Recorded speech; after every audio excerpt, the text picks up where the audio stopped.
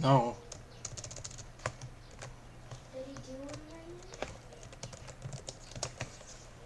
Please, I asking you to.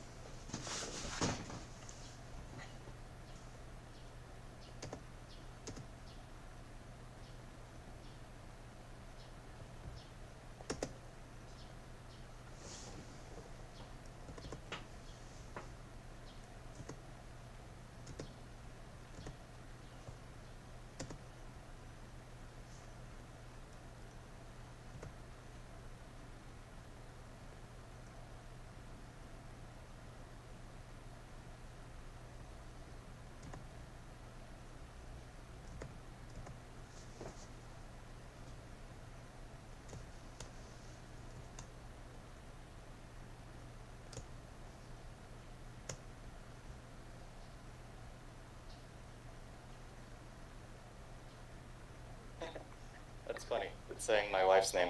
Let me see if I can change that.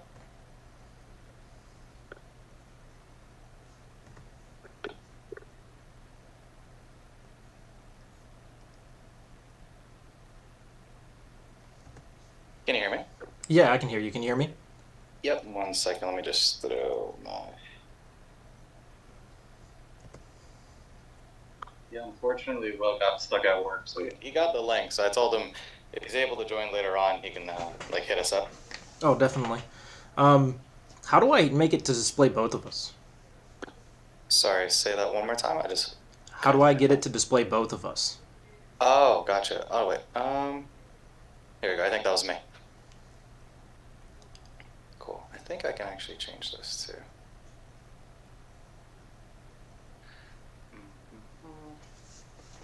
Yeah, what I wanted to use, I definitely was just like, well, it's not working. On the fly, by Zoom. No worries. There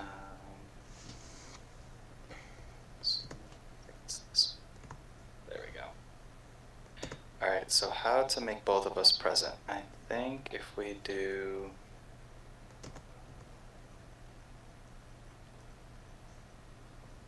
Do you have it on gallery, on top right, under view?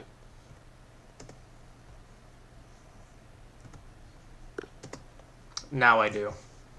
Okay, there you go, cool, cool. Yeah, because I think the other way it'll show like the main person that's speaking, Yeah. and then it'll like hide the other person. But yeah, that's working though.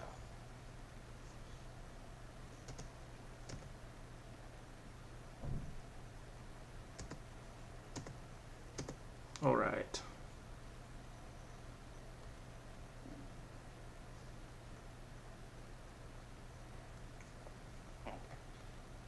Let's see. As long as you can hear me through, let me see which mic it's using. Let me see if I do it like that. Ah, there we go. Okay. Alright, cool, yeah. You should be on that microphone. Cool, yeah, I just need to get a good webcam. Like, I'm using my laptop one, it's pretty shitty, but, you know, it's the best we got at the moment.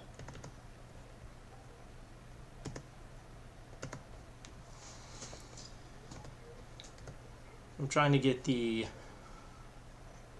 display to pop up. Might have to re-add it. Source. Capture.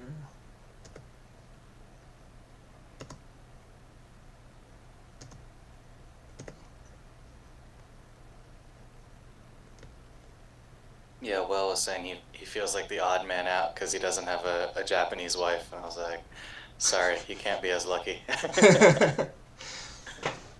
Yeah, let's see if I can.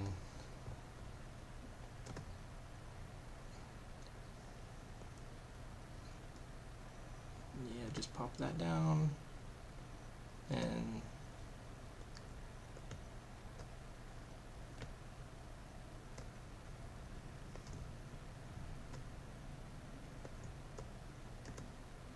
I was just playing with the screen a little bit to get this to... Oh no. Oh, there we go. That's what I need to do.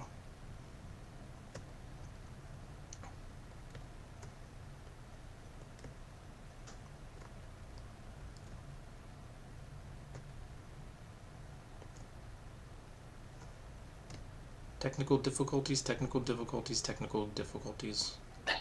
No worries. Yeah, I was just figuring out how to update our website, so now we have all the Arnold qualifiers in there. All the ones confirmed so far. Actually, update this. 8.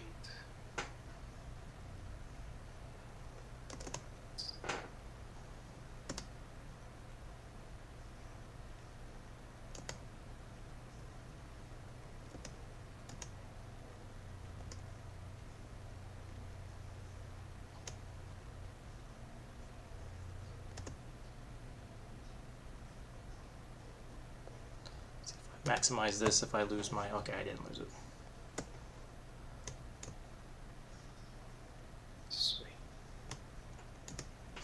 So I don't think you can see the graphs. Yeah, unless you like screen share or something, I probably won't be able to see it. Yeah, so I'll tell you what Okay. everybody put in. Mm-hmm. Oh, actually, because you're gonna be able to share it on like, actually, how are you doing? Is it just kind of whatever? Because I was gonna say, if I watch the live on my phone, Yeah. could I see the graphs that you were talking to? You're talking about like the polls and stuff, right? Yeah. Yeah. Let me see. I might be able to pull it up.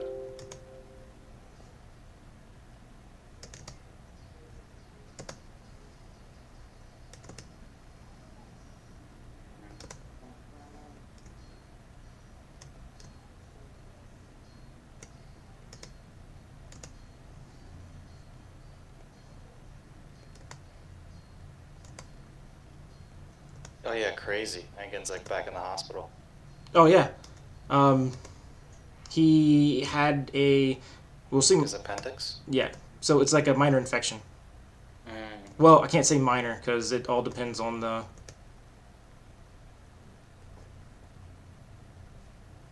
the total situation. Mm-hmm, mm-hmm. But in most situations, it's just the outside that gets infected. Mm-hmm. You know what I mean? Mm-hmm. Like the cut. Yep. But hopefully, it is just minor and it, yeah, goes without saying. No, yeah, I know. It's crazy. Did not see that coming at all.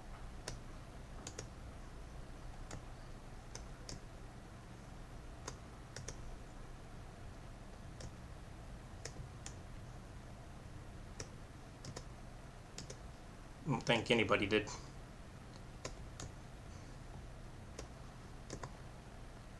But this can be like major though. Mm-hmm. Mm-hmm.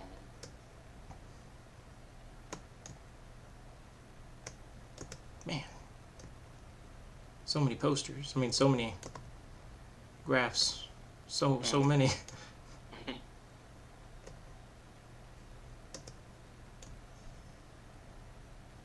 I'm also trying to make sure they don't like cover your face when they. No, you're good. You're good. They don't need to see anything.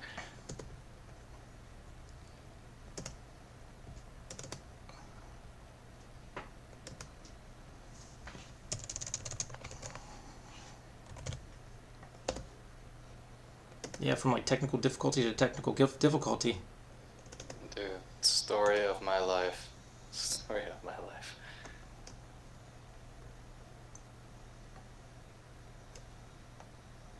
And then don't display. So what I'm gonna, the idea is, oh okay, I'll just kind of explain it to you when we're live so everybody gets an understanding. Mm-hmm.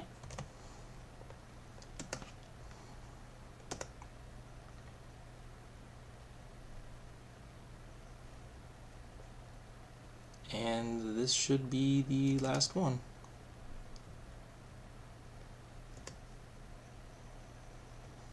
Oh, so I kind of still waiting on my wife's translation of this, but this is what Yoshiko responded. And I think from my understanding, they're worried about the whole like PED in the sport here. Yeah. So they're like, we can have a qualifier at like a major event, but we can't actually call it an Arnold qualifier. Oh. So like whoever qualifies for this can go to the Arnolds, but we won't officially announce it, I guess. What if it's a third party that hosts it? That's a very good question. And that's like Google Translate, so I'm not sure. Like I have to ask my wife. Well, that's a concern of theirs, but if I host it as a,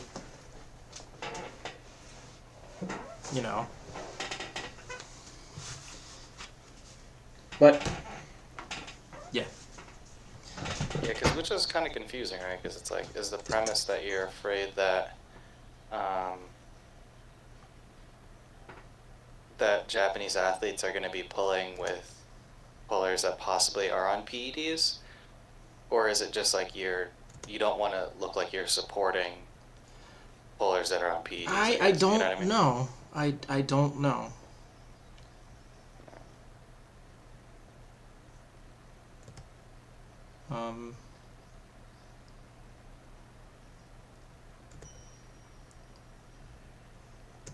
I'm just glad they're open to it, though. Yeah. I just wish they would call it A. Yeah, because then I can't promote it as like an Arnold qualifier. It's not. You know what I mean? Like, it's kind of weird of how we would word that. Yeah.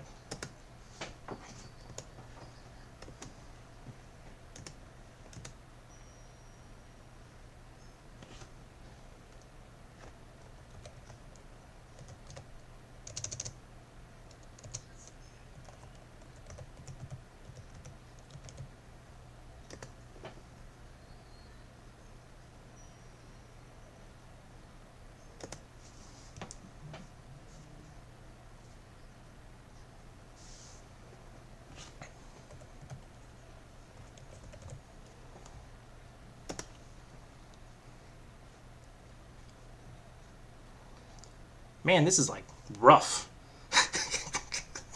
Oh, what is like setting it up? Was it because I've never done one before?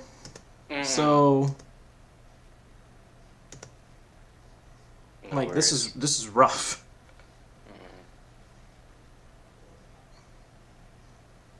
No, dude, there's always the first, right? Yeah. You're fine. It's all part of the process. Yep.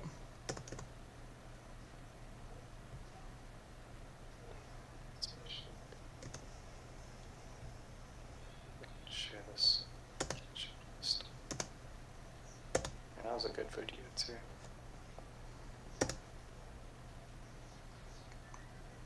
I think we're live. All right, let's check. Yes, it looks like we are live. Oh, we are live. What is up, ladies and gentlemen? Awesome. Welcome to Savage Arm Wrestling. I am here with Kris from the High Five, repping his Knuckles Up 4 in the background. How are you doing, Kris? Amazing. Thank you again for having me. This is awesome.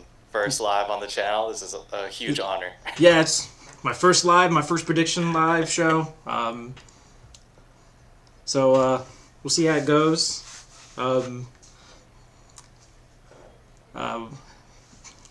Viewers as they come in, they can catch up. I might, if they have any questions, I'll pop them up and bring them to light. So, Kris, so how this prediction show is going to work? I'm going to pop up the little graph because I've set up some polls already. I set it up for a week, so I make sure people had a good amount of time to, put their votes in. Trying to be proper there. And I'll pop it up. I'll let you know what the people thought, and I'd also like to get a breakdown of what you think, and I'll give you a little bit of what I think. We'll bounce back and forth, and we'll give what we predict, right? Cool. Okay. So let's go ahead and jump into it. Our first one, Artem Taranenko versus Travis Rositz. So the people definitely gave it to Artem. It's pretty close. It's pretty close, but they definitely gave it to Artem. And I don't know. Rositz is on the rise, and he's been showing he's got a lot of strength. Yeah, dominated at Arizona State recently. Who was I talking with? Or I was actually watching Ozzy's podcast with Uncle John, and yeah, he looked super stout at that Arizona State. And there were like some really killer names that are out there too, especially because they had the round robin and everything. So, but yeah, he dominated the whole thing. And then I actually pulled with Artem. I want to say the week or two before that. Visited Florida, and he was I didn't pull him left arm, but his right was feeling super strong, and he was on the stem cells and everything, so he was ripping and roaring to go. That was kind of like my thought on this as well. I was like, it really comes down to if it's left arm or right arm. And for this one, I got to give it to Tom. I got to give it to Tom. Yeah, so I think he's the heavy favorite for sure. I think the one thing that, or not one thing, but one of the things that Artem was kind of showing me, and he didn't give me his game plan or anything, but just watching him compete for a while now, he definitely has that like comeback mechanic where it's like you think you got him and he's super sticky close to the pin pad. So as long as Tom's keeps the dominant hand positioning, I think he has it. But he definitely shouldn't sleep on Artem's ability to hit from anywhere. Oh, yeah. So, yeah, like if I was to guess in terms of, throw my prediction again, who knows what the hell I'm talking about, but I would say maybe it would go like, what is it, best of 5? It's best of 5. Yeah, so maybe 3-1. I gotta say Artem catches him off guard in the first. I think he catches him off guard in the first. I think Tom's takes him lightly, and he's like, I got this. Artem's nothing. Then he's like, all right, cool. I can't play with this kid anymore. He's not playing with my food, and just 3-0s him. I actually have it going a little bit different. I think that Tom's going to kind of dominate in the beginning, and then he's going to try to play with Artem a little bit, and then Artem's going to surprise him. Gotcha. Yeah, I could see that. I'm curious, too, because it really will test in your scenario. It's gonna test Artem's mental toughness, right? Is he able to hit a brick wall and just keep pushing? You know what I mean? Especially like you saw how it was. It's tough because it's a round robin. When he pulled in 198s, that was a tough class too, man. So and again, that was right arm. So I'm curious how he would have done in a round robin for left, but yeah. 100%. So that's one that we agree on. I know. I'm anticipating one that we're going to have a big debate on. Debate on. Yeah. So, Adam Morzinski and Vladimir Mariorov. I butchered the name. Admitted it. Called it out right here. Than me, man. Destroyed. I'm letting you go on these names. Me and Will usually have a lot of trouble. But yeah, you can take that. But yeah, go ahead. Sorry, you were saying? So they gave this one to Adam as well, and it's like 60-40, 60-40 to Adam. Yeah, and I would say like again, because looking at the polls on my end too, it's tough, right? Because you got the social media fame versus like reality. So that's why I think Artem kind of comes out as the favorite because he has obviously the bigger following and everything. This situation, though, I think. Again, it's hard to bet against my man Adam.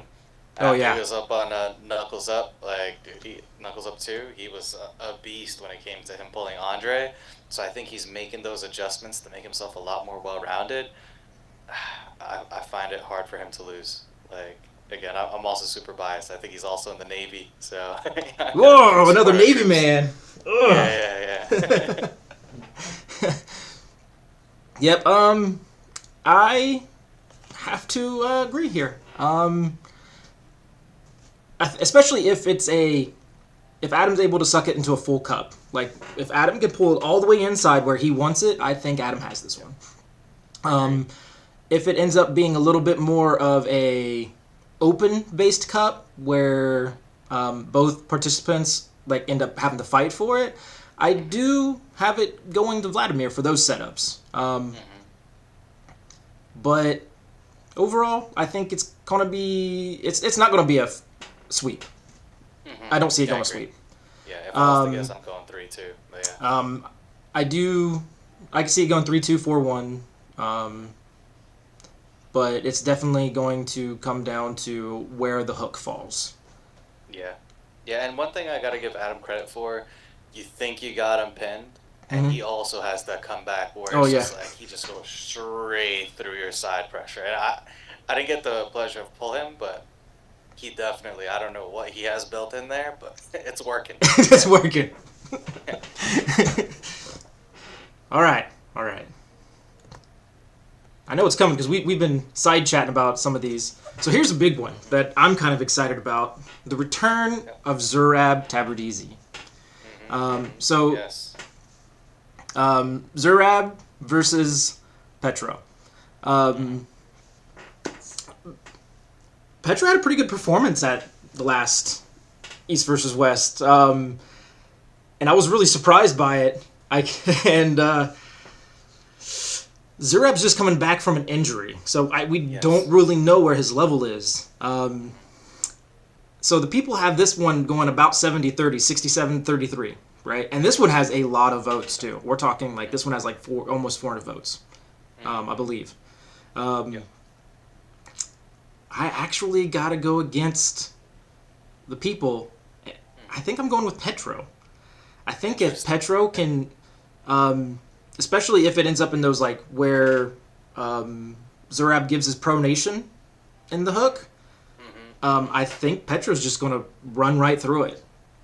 Interesting.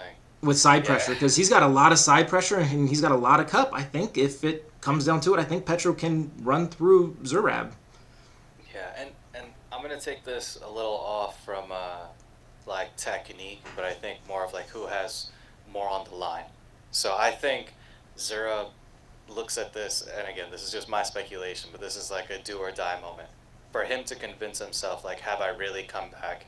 And, like, I want to prove to people that this injury hasn't sent me back. And, he has a lot more of a chip on his shoulder, I feel. Mm-hmm. So I feel like I agree. From a technical standpoint, 100%. If you take Zurab's pronation while he's in that hook position, you kind of have him palm up, and it's just all bicep isolation there. Mm-hmm. But I gotta go with Zurab on this. I think he just has too much on the line, and it's just like, no. I broke my arm before. I don't want to go back there again. I gotta prove that I'm here to stay. Oh yeah. Yeah, Laggy agrees with you. Actually, Laggy agrees with me. He says he's going with Petro. Interesting. Yeah, he says he doesn't think Zurab is at 100% yet, and interesting. Because you got to remember, Zurab went as far as saying that he was going to retire. Yeah. So I actually got to go with. I'm afraid he's got a little bit of fear in him. Not like he's scared, but like that arm break fear. That if the position goes to where there's a possibility and he feels something, he might stop. How do I want to put this? Pushing through it. Yeah. Yeah, stop pushing through it. But I don't think it's going to be like instinct like it used to be. His instinct before was just to go into it and not stop. But I think it's going to be subconsciously he's going to stop because of that arm break fear. It's hard to... It's a really high-level match to come back to from an arm break. It's true. It's not like he got kind of like a tune-up match either. Yeah, that's what I'm saying. No tune-up. This is...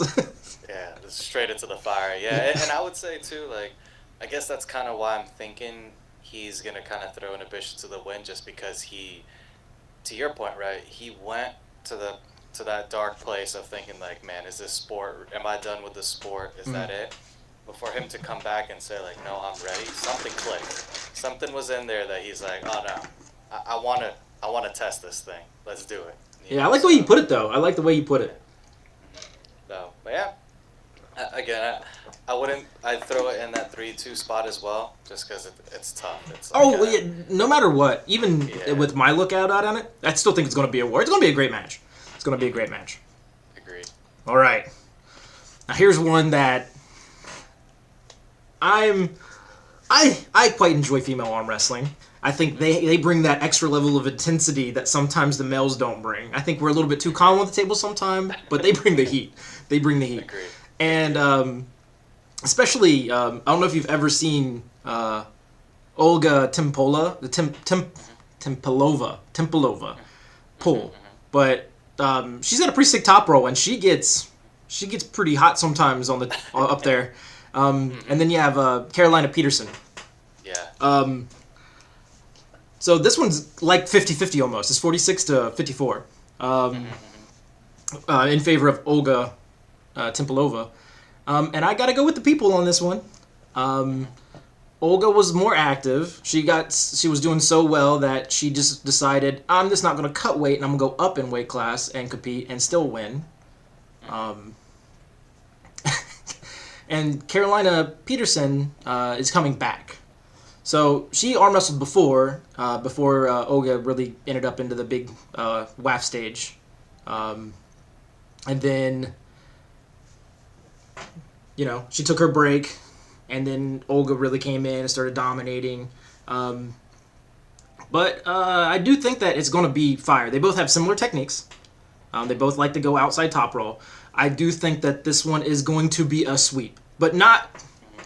It's going to be one of those sweeps where it's a war, but it's going to look like it's really one-sided, but it's going to be close. Interesting. I do think it's going to be close, especially in the first two setups, where someone's going to really blow out their hand and it's going to be completely cut out one-sided. And who do you think's coming out on that sweep? Olga. Really? Yeah, I think Olga's going to come out. I just think that this is one of those moments where someone gets the opportunity to come back, because she was taking like a little bit of a break, but she gets to come back and then compete at a high level. It's kind of one of those moments where it's like, oh, I get to bring the heat again, you know? Gotcha. See, I agree. I think it's gonna be a barn burner.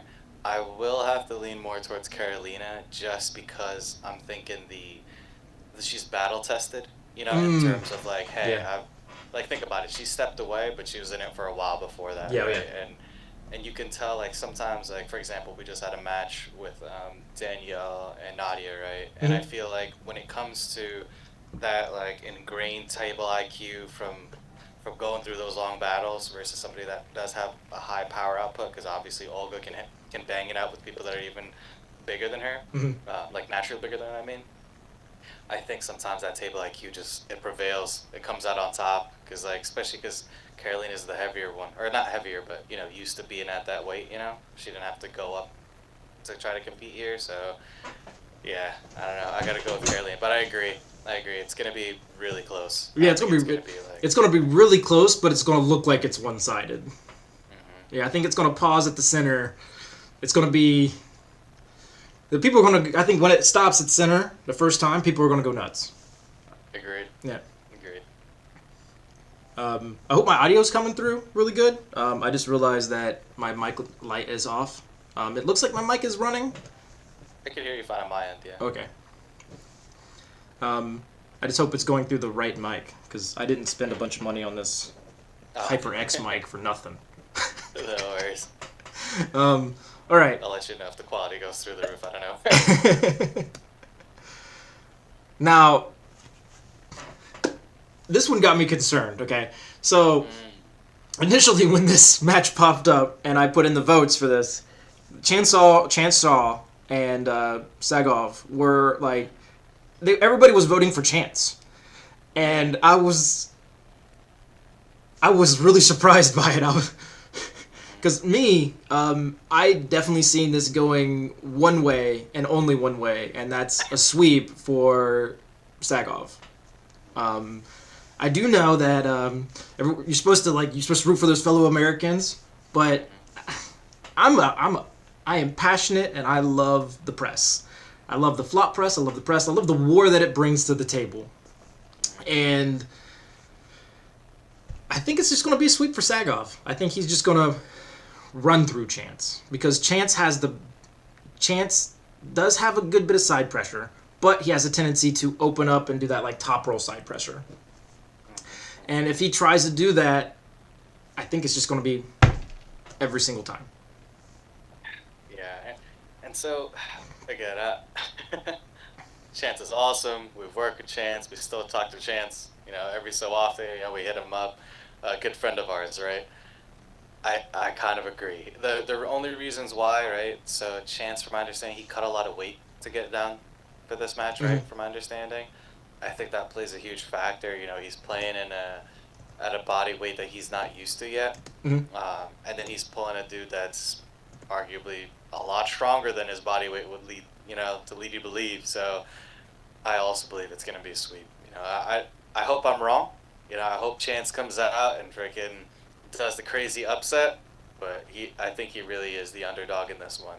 I think either Sagov goes into that press, or I think he just has like too much hand control for Chance. I think it really depends on the setup too, how much Chance can get away with. If he could really stay outside there, you know, really exploit that low hand top roll, he's really great at it. So yeah, if he can get a great setup, possibly get one match. If not, I think it's gonna be a sweep for sure.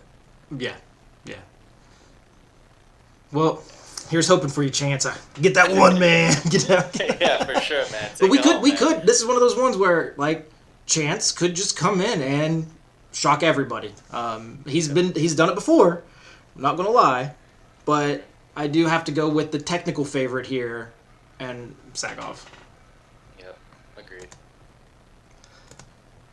All right, one of the ones I'm excited about. Yeah. No bias here, by the way. Huh? Said no bias, by the way. No bias. No bias. So Petrova versus Takanaka. You know where I'm going with this one. I'm biased. Really? But I don't know. It could be anyone. So Ayane has an explosive top roll. But I have it through the grapevine that she's also been training in the hook. And she has a strong cup and she has a lot of bicep strength as well.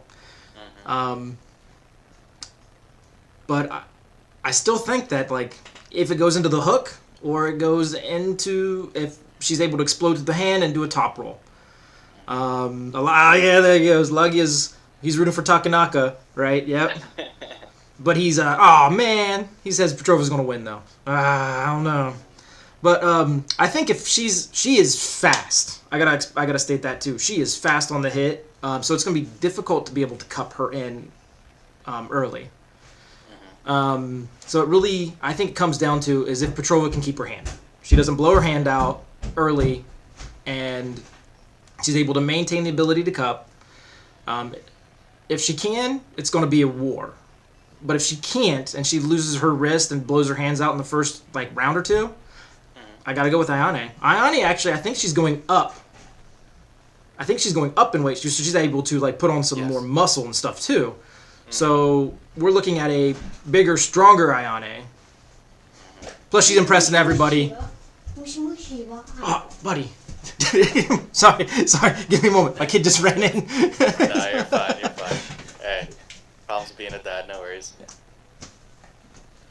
But yeah, just to kind of fill in, right? So, for those watching, again, I also hope Takanaka wins. She's been a beast. We've been following her for a little bit, especially when she was competing in WAF. Like, she dominated on the world level. So, as far as my prediction, I really, I hope Takanaka wins, and I think she's going to win as well. I think just seeing how her training has been progressing, just the little clips that I've been seeing on Instagram and Facebook, she's coming in ready, and I'm also curious too how it'll play out, like in terms of score. What were you thinking? Are you thinking I think it's gonna be 3-2 or 4-1. Gotcha.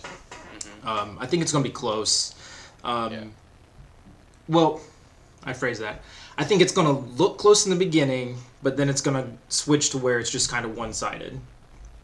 Where the later rounds are it's gonna be heavily one-sided, and I think it's gonna have a lot to do with Petrova to maintain her wrist and everything. Yep. No, I agree. And correct me if I'm wrong. How tall is Olga? I mean Petrova. I believe she has the height advantage. Gotcha. Okay. She does have the height advantage. Yeah, but that won't be a first for Ayane, Yeah, that's true. She's pretty short, and I think that's why that it's for her weight area. That's why a lot of people are always impressed that she can hang one-handed pull-ups as a female. So I will say that she is strong. She's strong. She actually competes. So as an end for this, right? Sadly, because tomorrow I'll be going to nationals, right? All Japan. Dude, good luck. Well, no, I don't. This is I'm in the other. So Japan is broken into two categories, right? We have Jawa and JAL, right? Tomorrow is JAL. I compete in Jawa. I feel like Jawa has a little bit more of the heat in the heavier weight classes, where JAL is a little bit more stacked in the lower weight classes. Gotcha. But she competes in the men's categories at nationals. That's wild. Oh yeah, and I've seen her in the finals. So. Wow. That's and Japan, impressive. we have some hot light classes. You know what I mean? Yeah. So it's impressive to see her get through there. But yeah. No, I've pulled some of the lighter dudes in Japan, and they're no joke, man. Like when I was out in Osaka, those dudes are packing some heat. Yeah. Like super strong, super quick. Like I'm coming in there possibly like 20 pounds heavier than them, and I'm like, dude, they feel like a max. Doesn't matter. Yeah. They have this like, literally. and they have this like stupid ability just to hook through anything and just like hang there. Yep. But that's the thing in Japan is it's 90% table. It's really starting to grow to where people are lifting weights more, but most of the training is table. Yeah, I mean, hey, I'm super big proponent of table time, so I can't say I disagree with them. Definitely in more recent years, I've taken more to lifting weights, especially now that I have like a training partner like Will that can kind of. He's all like not all about weights, but he has a lot of expertise in it, being a powerlifter, you know, and also doing like strongman stuff. So having that in my corner really helps a lot. Because like again, if let's say I lifted weights before, I'd just be holding like dumbbells for like static, and then that's as far as the weights really went. But yeah, no, but that's awesome. So yeah, I'm thinking it's gonna be close to. I'm hoping Ayana, and I also do agree in terms of the score. I'm thinking it might be 3-2. I don't think it's gonna be easy for her, but I think she's gonna come out with the win. Oh yeah, definitely. Here's one that I'm a big fan of, and I think that even though the score here for Daniel Prokopchek versus Bojadir Semyonov, Bojidar, they have it going 70-30, right, in favor of Daniel.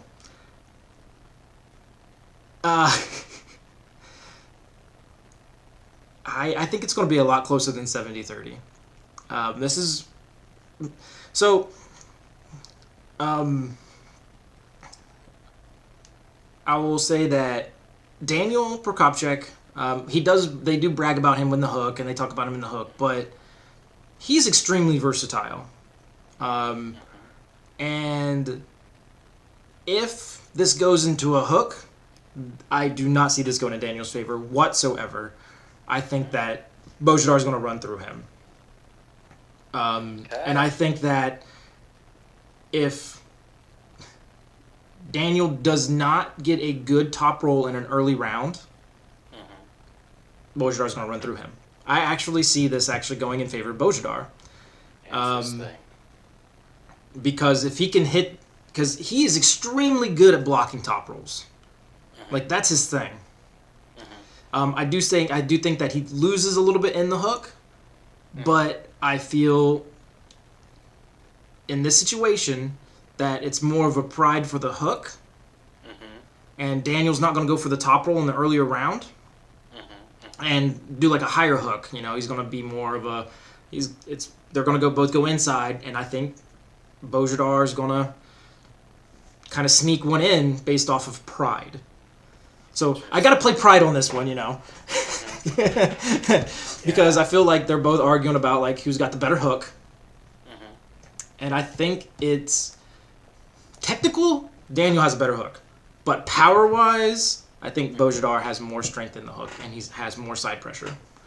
So I got to give this one Bojidar. I do think it's going to be close. And what's the weight cap for this? This is lightweight. This is actually in their normal weight class, so they're going to be lightweight. Real quick, Lagia, do I think Yoshinobu will return? Do I think he'll make it to the big stage? No. I do plan on like going out there and talking to him and doing a little bit about it. He has a lot of historical injuries, and even when I did a video recently with me going and meeting Levon, and you get to see Yoshinobu and Yoshinobu there, and they're pulling and stuff. You can see that he arm wrestles out of passion and love for the sport, and he still has a lot of power, but he hurts a lot. He has a lot of pain, and especially up at his upper neck and where his traps are. And he's one of those arm wrestlers who pull back right where those traps are, and he kind of like pulls in and shrugs it down and kind of goes into that open top roll, and that puts a lot of strain on where a lot of his back injuries are. And I think he has 3 fusions too, so he's not in good. Let me rephrase that, because he still wrecks me. I wreck a lot of people, so I don't feel bad. His pain levels are high, and It's more of a health concern that he competes at a high level. So I don't see him coming back to the big stage, even though I would love to see him pull John one more time. That would just that's be the dream. That's the dream. That's the dream. Yep, that's the dream. I would love that. I'd pay so much money to see that. Okay, let me kick this to you, Kris. Yeah. Don't want to hang on that too long. Yeah. No, you're good. Yeah, I know, right? Yeah, I'll do my best. I mean, hey, even if we could just get him at a meet and greet, I'd love that. Oh yeah. Sick. I've tried. Legends of the sport. I have talked it up, Kris. I have emailed. I have talked to both him and his team. I have done what I can. I'm like, hey, they're great. They'll take care of you. Thank you, brother. Thank you. I really do appreciate it. Yeah. I know it's tough though. Like to your point, right? Like obviously we'd love to see him on the big stage, but at the end of the day, it's like what we want what's best for ourselves. Oh yeah. Like, because he really is like one of the he put for all intents and purposes, Maya's put Japan on the map. Like that's what we saw him in pulling John and stuff like that. So that was sick. Which is like such a long time ago. Like thinking about what Yoshika and I look back then, it's like he's like a different person now. So yeah. It's wild. But yeah, so prediction for the match. Personally, I'm a huge fan of Daniel. This guy for a while was just dominating, and I feel like pound for pound, he just was like so impressive. Like his power is ridiculous. I do agree too, man. I hear a lot of people that kind of work with him for like technique. They'll kind of hire him as like a coach, and they just say he's just a wealth of knowledge. Yeah. I can state that I did work with 2-on-1 for a long time, but there were pieces that were extremely good, and I feel like they did get me to another level. But there are things that I've realized are missing, and I've moved on to something. I moved on, to greater pastures. I've reached out. I can't say it's greater because they are really really good quality and everything, really good training, hyper intelligent. Really knew what they were talking about, especially with recovery and the amount of volume you can do. But it's a good step in to get you to the next stage. Yeah, and I would say too, right? Like from all experience, meeting all these top athletes, I think there's not one kind of size fits all, and you gotta take what you can from each one that pertains to you. You know what I mean? Because again, they're very good at doing what's best for them and what they have learned as the best way. But that everybody has. I mean, obviously they're at the top level for a reason, right? So obviously something works in what they're doing. So I think that's warranted, right? It's not like you have to kind of stick with somebody forever. But yeah, I personally think Daniel's gonna win this one. I think. Again, I understand that Bozadar, I mean, what they call it, he's going to come in as the bigger dude. But I think it's also to your point, the tactician is going to, I agree, maybe first one goes in the hook, let's test it, let's see what it's about. Yeah. I think from there he's going to make the adjustment, and he's going to be like, nah, that's good. I saw what I needed to see, and then we'll do what we need to do to take this home, so... But I think it's going to be close. For me, I think it's going to be a 3-2 match. So, my perspective, this is going back down, right? Because they both competed at with Samushia, right? This is left-handed, and it is Daniel's stronger hand. I will put that in there. But they both competed with Samushia, and I would say that Bozhidar came out a little bit better with that than... That's fair. But technically,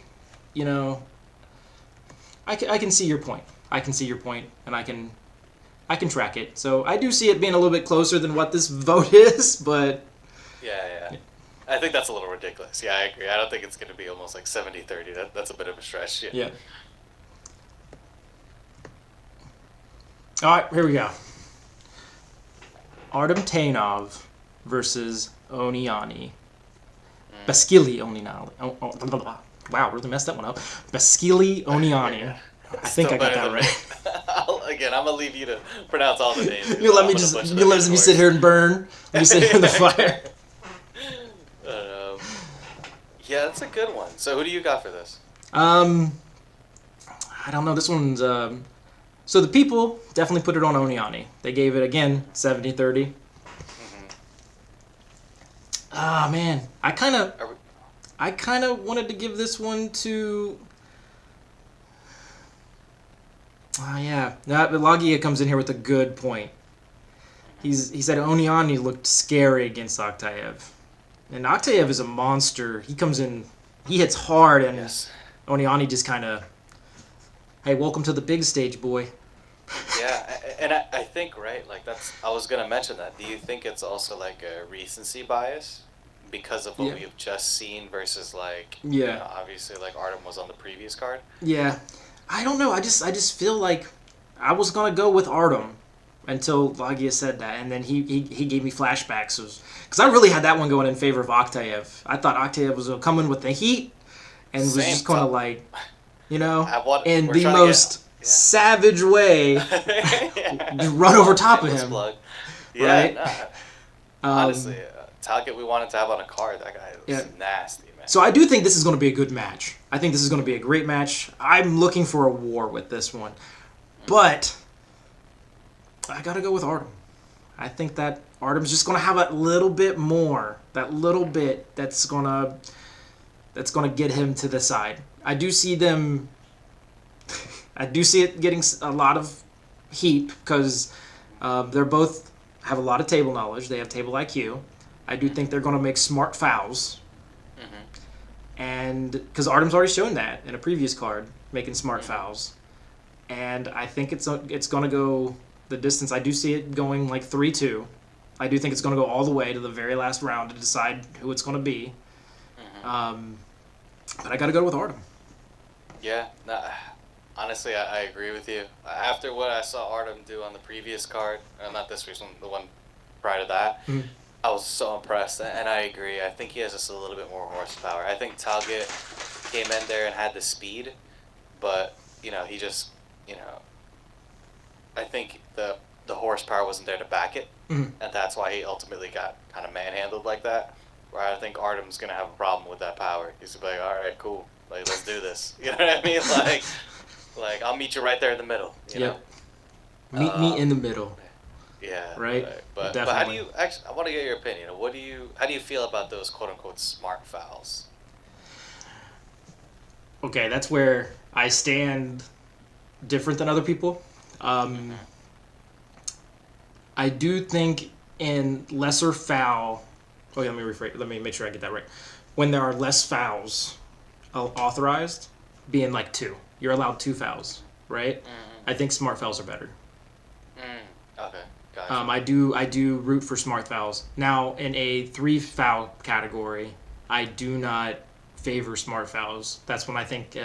I also feel like if you're going to run 3 fouls, you need to run you should do running fouls. If you're going to run 3 fouls, you should do running fouls because at that point you're just kind of allowing one side to abuse the other a little bit. Like, for example, at your card, you had Toshiyuki, Mike Sung. Oh my gosh, I forgot. My mind just farted his name. No, you're good. But you know the match I'm talking about. Yeah. Right? Toshiyuki had, Toshiyuki hit faster. Right? And in those times where he hit and then there was a foul, like an elbow foul or something like that, he got to re-strap up and do it again. And that continued abuse to the elbow could have led to why he opened up in the end, where he was able just to flop wrist, side pressure run through him as easy as he was in the last round. Interesting. Okay. So I do like smart fouls in the 2 foul category, to answer your question. Interesting. Yeah, no, because I always see where it depends on who you ask, because they're like, all right, again, I don't want this to be like an us versus them conversation, but I feel like oh no, I noticed on stateside, I missed you there. Like, now you just like bang it in there, don't like. Can you hear me? Yeah, I can hear you now, but I missed where your stance was. You cut out right when you were saying what your stance was. Oh no, you're good. I was just saying I feel like it could go either way. I feel like for like I don't want it to be like us versus them, but I feel like on the state side you have they just want to bang it out, and if you elbow foul accidentally, it's fine. But if you kind of foul, strategically, it's kind of, we don't see it as like, I don't want to say manly, but you know what I'm trying to say, where Okay. it's like, oh man. Let me give you a good example of what I mean. I also favor where if you foul in the losing, you automatically lose. So Yeah, I agree. yeah, that's in this as well. I hit, I can't get the pin because you get to stop, right? I elbow foul, right? Mm-hmm. That's like that would be where I put a smart foul. Mm-hmm. Oh, Will, Yeah. you should have it. You should get an email, man.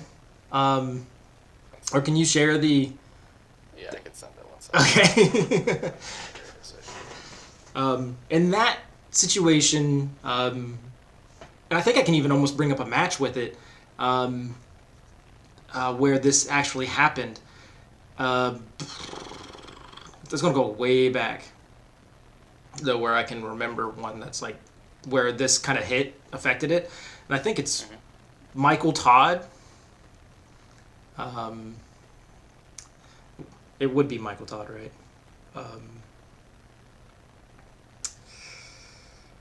No. Man of the hour. Oh, now I'm covering his face. Let me throw this to the side over here. Oh, he's gone. He disappeared on me. Right when I was trying to clean up my display. Nah, you're fine. Well, man, I can't remember his name. Well, basically, he'd hit into the flop press. I mean, into the king's move, and then he got stuck in the king's move, so he elbow fouled to get away from the king's move. But he also only got 2 fouls.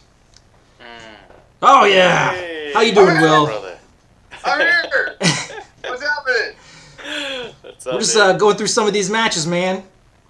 Sorry, it took a little longer to get here. I was helping somebody out at work. I just got home a few minutes ago, but I show you guys are pretty deep into the card.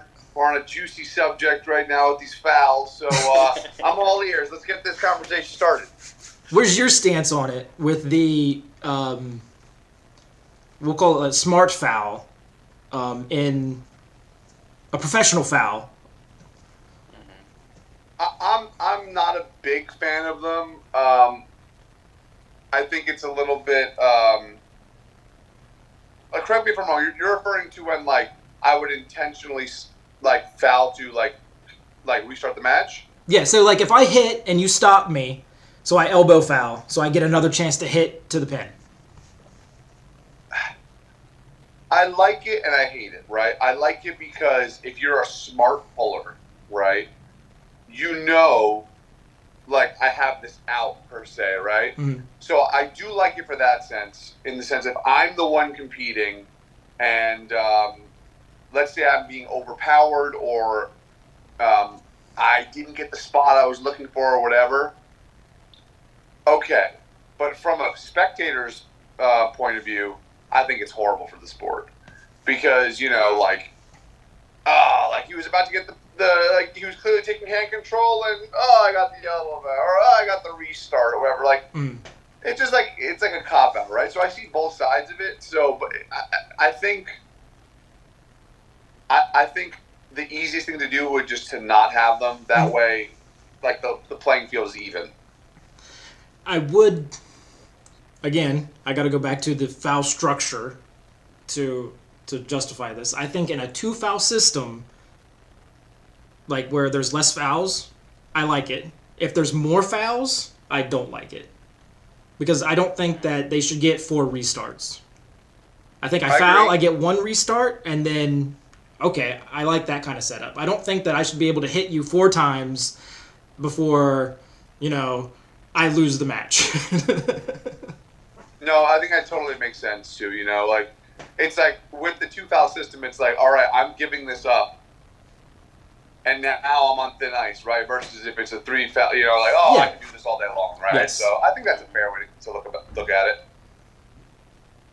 Yeah, and I think it's tough, right? Because my outlook too is, and I know this is going to be the cop out, but both people know the rules, so I guess it's an even playing field because I equally can do the same thing, right? So it's like, I agree to your point where it's like, yeah, that person could get abused, but they kind of just, keep getting hit, and then it's like, oh crap, like I finally was able to bring him back, and then he elbow fouls to get out of it, and eventually my arm's just gonna get worn down. Yeah. But I guess the argument could be I could do the same thing. You know what I mean? Like, so, I hear you.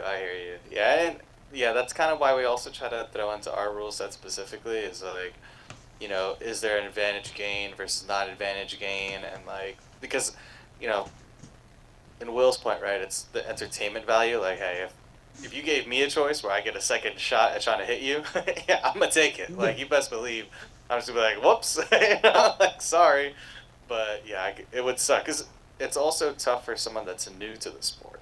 Like someone that's never watched arm wrestling before is gonna be confused. They're gonna be like, wait, why does arm just drastically come off the front of the pad?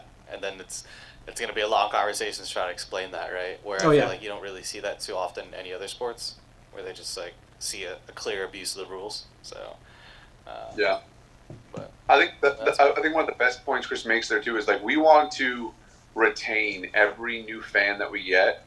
So the simpler and the more precise we can make this rule, like set, we'll say, right? This like we'll just talk that as a whole. That you can just be like, look, it's this system, blah blah blah blah, 1, 2, 3. Then they're like simple, like so. A prime example was from, and Kris, correct me if I'm wrong. Was it from Knuckles Up 1 to 2 or from 2 to 3? We made the change in the 2 to foul. 2 to 3. 2 to 3, right? So like it was confusing. Like to us, it made sense, right? But to spectators, especially longtime fans, like they were kind of confused by it. So obviously we talked with the athletes, we listened to everyone's feedback, and I think it was a lot more precise on, Knuckles Up 3. And obviously now we refine everything even now to 4. We'll have discussions like amongst myself and Kris and even the referees that were there and just see like, hey, can we, fix this in any way? For example, like we're going to be implementing a new way that we will be reviewing a call that might have been, like in question, right? Contested. So, we're going to have a third referee this time, and their sole job during that individual match will be staying and monitoring the entire thing on a TV, right? And so, if something happens or that we need to go to, they will be the only one that will be like they are the official reviewer, right? So that way we take away any doubt of the down ref or the head ref or we don't want athletes running and watching what's going on. It's like, no, that's their job, period, end of story, right? So all I'm getting at is just like, as long as we keep striving to perfect it, right, with every single event, not just us, but as like arm wrestling as a whole, and make these rules simple and concise for everybody, we'll have more and more fans like sticking around because they're like, oh, this makes perfect sense. I can see that. I can say that I can see that. And I can agree with that. But I also think, you got a heck of a match when you have to really start talking about fouls. That means you set up a good match because it's coming down to if I get an extra foul or not. Yeah. Very fair point, yeah. Where they got to use every ounce of the rules to their advantage. Yeah. Very fair point, Yeah. It's tough. And then you bring into question, right, like, I know it's a big controversy right now in the arm wrestling world. Auden Laird's match at the Challenger Series, right? And like, was it the reffing? Was it him just taking advantage of James English and his, lesser time at the table? The comment section there is going absolutely wild, right? I have my own opinion on that one. I'm just gonna to stay in favor of the world. I'm gonna keep it to myself. Say that again, sorry? I said, I have my own opinion on that one, and in favor of the world, I'm just going to keep that one to myself. Same. I am right there with you, but I guess the reason why I bring it up, though, is, once again, because the reffing style or the style of the athlete, right? Yeah. Now it becomes, for a new spectator, like, that doesn't, I'm confused, like, what's going on, right? And the less of that we can have, obviously, the better, right? And of course, for longtime fans such as ourselves, right, we just want to see good, clean matches because it's like I call it like the John Brzenk style, right? if you win like John Brzenk wins, everyone loves that because he just sets up, bam. He sets up straight every single time. He doesn't fool around. He just gets a nice spare grip and goes. And then when he wins, you're like, oh, that was yeah. And then if people even are cheating him, and he'll still start with like a bad grip, and he still wins, you're like, yeah, John Brzenk. You know, so it is what it is. All right, let's go ahead and move forward to the next one. Barbara versus Egla. Now, I think this one has a little bit more weight into it than a lot of people realize because Barbara had set so far above the rest of some of the athletes that I feel she stopped going to WAF because she was running over everybody in WAF. She got the invite to win the championship to East versus West, and I do think that match was a lot closer, and I think that should also get an opportunity for another go. But I think this has a lot of weight with Barbara wanting to like how long she wants to continue in the sport, like as where she's at. Because once you become so high and so strong that you're running over WAF and you're not having at like a mid-diff difficulty, it becomes a little bit hard to keep the passion. So I do feel like this has a little bit of a thing for Barbara to keep the passion going because she's not getting invites to competitions. She's not getting a lot of the opportunities the other athletes are. And it's not because she's good. It's because she's so good. And for this one, I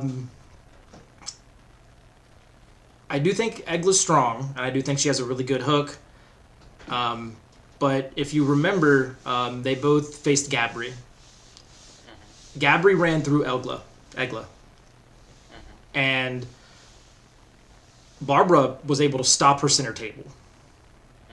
And then eventually Barbara won the rest of the rounds once she got used to the setup and was able to crack the wrist back. So I got to give this one to Barbara. I think Barbara's gonna get a nice setup. She's gonna crack Egla's wrist back, and she's gonna go. Yeah, and I think a lot of it too is kind of like I compare her almost like the Levon of the women's class. So I think a lot of it too is I feel like we should be like as fans of the sport promoting Barbara as hard as we would Levon. I feel like she is so dominant, but like we're not really putting her on the same pedestal, if that makes sense, because I think it's also a call to action for all the women in the sport, like similar to how it was for Levon, right? Like he was this mountain that everyone is still trying to climb. I feel like they kind of just, I think Barbara is so dominant, maybe everyone's just like, all right, like, I don't think there's even a point to try to climb this mountain. But yes, I hope she stays in because, that just gives Gabby more of a reason to, like, to your point, to run it back. And I think Gabby, again, is a tactician on the table, so there's no reason as to why she couldn't make the adjustments that she needs to. Because I think that was really close in some of those setups where I'm like, if Gabby just got a little bit more hand control, I think she could have taken that. But yeah, I think Barbara is just a little too much for Eggle. And Eggle is strong as hell, so yeah. That's not discounting her at all. But I think it's going to be 3-0. Actually, is it best of 5? Because best of 7? I think this is a best of 7. Yeah. This is for the East versus West female heavyweight belt. Yeah. So yeah, it's tough, like to just kind of go off of what Kris is saying is I think it's a 50-50 thing. I completely agree that I think more people want to see Barbara. They want to, we should champion her, right, 100%. But against who? Like, that's the biggest issue is, and it's kind of, it needs to turn into one of those things like what's happening with Levon right now. Brian Shaw is coming into the sports. They're like, oh, give him a year or two and he might be able to do something, right? We need to get these Amazon women out of the cracks and corners of the world and just start getting them on arm wrestling tables. There's women who are in the WNBA who have crazy leverages. There's women who play all types of professional sports or in the Olympics, like shot putters and discus throws and hammer throws and all this type of stuff. that maybe we can convert them, right? Because, first let's just say, right, I think Barbara is going to absolutely walk through Egla. I think she's amazing, but I think Barbara is just, like you said, she's on a whole, she's in another stratosphere, right? Yeah. And it's not like, I'm assuming she hasn't just not pulled since she pulled Gabby, right? I'm sure she's still been training and getting stronger and all those types of things. So if that's the case, well, now if we have an even improved, because when she pulled Gabby, that was at least 6 months ago, right? More, I think. It was right? more. It was. More, I think it right? was like she It's been pulled like- Gabby like a couple years ago. Was it that long ago? I think it was like think so. it was like one of the earlier East versus Wests. I think it was like So- 6.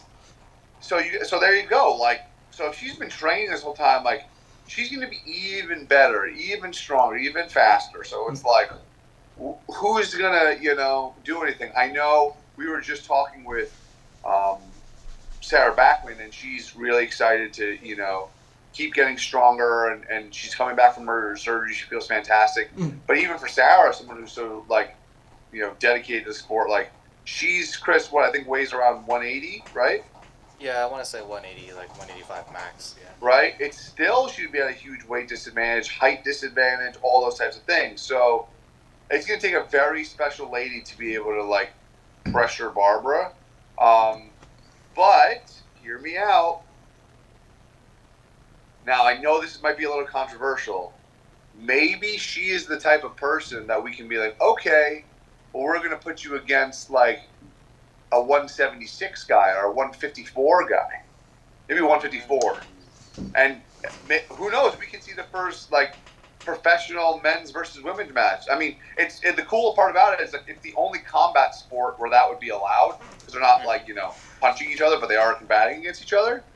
Maybe we get, like, someone who's in the 154 class pulling against Barbara, and we make a match out of it or something. It's just an idea, right? Because I would say I don't think I've seen it in a super match setup, but I do think you missed the comment where I talked to Kris about Ayane. She competes at nationals in the men's category. oh yeah, I definitely was not here for that. That's all. Yeah, that's incredible. Yeah, and she and in some situations she's made it to the finals. And lightweight Japan's lightweights are not a joke. Yeah. Like, that's where a lot of the heat is. And if the lighter weight classes had a little bit more attention, I think that, like, Japan would have a little bit more go. But I'm telling you, like, she competes with those dudes, and she's coming out on top. That's what I'm saying. So I think it's definitely, like, a possibility, right? Yeah. It's just finding the correct matchup that is, it's tough, right? You got to find, obviously, the strength levels. You want them to be at a good amount, once you're at that in terms of, like, table time and IQ, like, everyone around that level is all, they're all smart, right, on the table. But I think finding the right, like, strength matchup, I think that could be really cool and interesting. And it could be something that, everyone gets behind, because you're just like, it's tough, right? If you're the guy in that I was going to thing, like, say, you're not gonna who's wanna taking... Yeah, I'm saying, who's taking that? I don't think it's the what strength guy is going to matchup. want to take that match? I But think it's the dude that's going to... It's going to have to be, I'm in my opinion, for someone to take that risk, there's going to have to be some dollars on the table. Oh, Yeah. 100%. That cheddar. High risk, high reward. that cheddar's going to be... Yeah, because exactly. if you win, you're like, oh wow, you beat Barbara. Like, that's kind of messed up. Like, but it's not messed up. But, it's like and then if you lose, oh man, like I lost. But, like, think of it this way: if you do lose, you also lost to the most impressive female arm wrestler on the planet at the moment. So it's not like you're losing to, like, some girl who started arm wrestling a year ago, right? She's incredible. Mm-hmm. So, but you're right. Like, who's going to take the match? That's the problem. Yeah. Yeah. No, I agree. I think it's a lose-lose. It's tough because, like, in my experience, like, wrestling, high school, middle school, and stuff like that, there was, like, the occasional, like, one girl that would try to get into wrestling. And it would be tough because, like, you'd see the dude, like, get on the mat and, like, they're the same weight and, like, maybe close in strength, but it's like the guy's like, all right, cool. Do I have a hard time when I wrestle her? And then all my friends make fun of me because, like, I didn't just destroy her, and then, or I just destroy her, then I look terrible because I just destroyed this girl on the wrestling mat. So it's like, yeah, it's tough. It's tough. But yeah, I think to your point though, it's an easier sell, not only because of her accolades, but because of her stature. Like Yeah. she is a walking Oh, yeah. tank. Like she looks Yeah, like, huge compared to anyone. Like dudes, women, you know what I mean? So like we have on our team. She's been on a bit of a hiatus because she's been trying to make the Olympic trials. Our teammate Alina, she's 6 foot, a female. I don't remember how much, but I know I believe she's over 200 pounds. But she is like solid. Like she is like super like strong. Yeah. She's Strong a tank. too, yeah. And there are all the time at practice with the lighter weight guys, she's like ripping them across the table. Yeah. You know, so it's definitely a possibility for sure. Mm-hmm. All right, now we're getting into some of the bigger ones. Okay. Yeah. Doug, yeah, I did ask for your breakdown, and if you do give it to me, I will call it out because you are the difference here. There's a person in chat who actually said that he had Egla winning. I was like, hey, give me your insight on that. Give me your breakdown a little bit so I can share it because, you know, that's a different side, and we all kind of agreed at Barbara. But, yeah, for this one, Todd Hutchings versus Krasimir Kostadinov. It's really so this is, by the way, you grabbed this right from like their YouTube poll? No, this is mine. This is my YouTube poll. Oh, this is your poll. Yeah. Okay. It's shocking that the Krasi's only getting 10%. I think it's a bit of a miss. They're not giving Krasi enough credit. Yeah, I don't think they are either. And I'm pretty sure the last time these two met, Krasi won. But I think that was a long time ago, though. I think probably about like 10 years ago. Yeah, I was gonna say I think that's a different Todd, and I will admit I don't think it's 10% either, but I do think Todd's the favorite. Again, I'm a huge fan of Angrabayev, and what he did to Angrabayev like blew my mind. So Todd is like on another level, and I think because stylistically, I think a lot of people just think Todd is going straight side pressure, but he's actually pronating pretty hard as he's like quote unquote giving up his wrist. So I think that's the difference here, where it's like Krasimir I think is wanting to go in there, but there is something actually fighting his hand. So he's not going like bone to bone side pressure, you know. I think that's the thing that people don't realize is though Todd Hutchings does have a lot of power and a lot of side pressure, a lot of people tie that with inside pulling. But if you pay attention to his setup and then how he drives to the side, he's actually just kind of doing a top roll, but just losing his hand in the process because he maintains pronation, drives the thumb into the palm, and just drives sideways. Yep. So it's kind of like a weird, I guess, Todzilla roll. I don't suggest anyone trying to replicate. Oh yeah, no. That's years and years and years of build-up right there.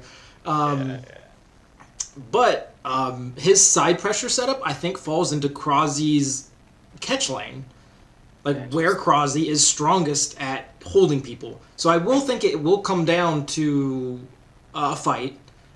I don't see Todd running through Krasi every single round. And I do see Krasi at least getting one. Yeah, I agree. I'm thinking it's because this is a title match, so it should be just best of 5. So I'm thinking, I agree 3-1, but it's gonna be just grinders each one. Like I can't see anyone getting flashed, but it's definitely just like holding like by the pin pad, just like waiting for somebody to make the wrong move. I'm gonna guess differently here. I really think that if Krasi can set his hook, we got a 50-50 going. Interesting. I don't. Is this because of his performance with Lachlan? No, yes, but it's more of a stylistic thing, right? Like just like you said, right? He really is like they say he's Mr. like side pressure, right? I think it's more of an outside like side pressure, like we said, like he dumps, right, and then he just drives this way, right? If this versus this, even in terms of your joint, is so different, right? Like the pressures and the angles are completely different. And that's exactly in Kraszy's wheelhouse. He is comfortable as a pig in shit being in the deepest center hook possible. And I think Todd will be very uncomfortable if it goes there. Because Todd is quick, but he's not lightning fast. Yeah. Right? I do have one counter match to remind you of. Say that again? I have a counter match to remind you of. Remind me then. Todd Hutchings versus Ibrahim Sagov. I gotta look it up. He caught Sagov in a press every single round and then side pressured through Sagov's press. Do you remember that well? That had to be like how many East versus West ago? Was that? That was before I think he got the title match against Angarbayev, right? I think so. Yeah, that was crazy impressive, by the way. Yeah. Yeah, but it's a different, like, I'm watching the highlights of it now. I remember this match, actually. It's a different, the leverages are so different. Like, Kraszy, like, Ibrahim is a very, like, long lever type of style of hooker, right? Yeah. And he doesn't have a lot of mass behind his arm. As where with Kraszy is, like my favorite match of all time, and Kris has heard this many times, is Marcia Barbosa versus Kraszy at WAL when they went back and forth. Like, that's my favorite match of all time, right? And I know that was a long time ago, and Kraszy had some time off, and he came back and all this other stuff, but I'm going to stick with it. I'm going to stick 50-50. I think if Kraszy can get that inside, I think we're going to see something interesting. And that being said, will the strap play a big difference in that too? That's the only thing I wouldn't be sure of. If you had to pick, who would come out of that 50-50? I'm going to say Kraszy. Interesting. If it goes to an inside match, I'm going to say Kraszy. I don't think, because Kraszy also has very good endurance.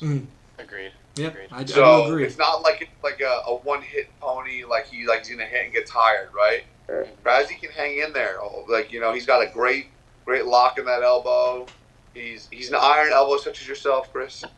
Do not compare me to Kraszy. Yeah, His is like titanium. Yeah. Yeah, his is some alloy from space that we don't even know of yet. Yeah, exactly.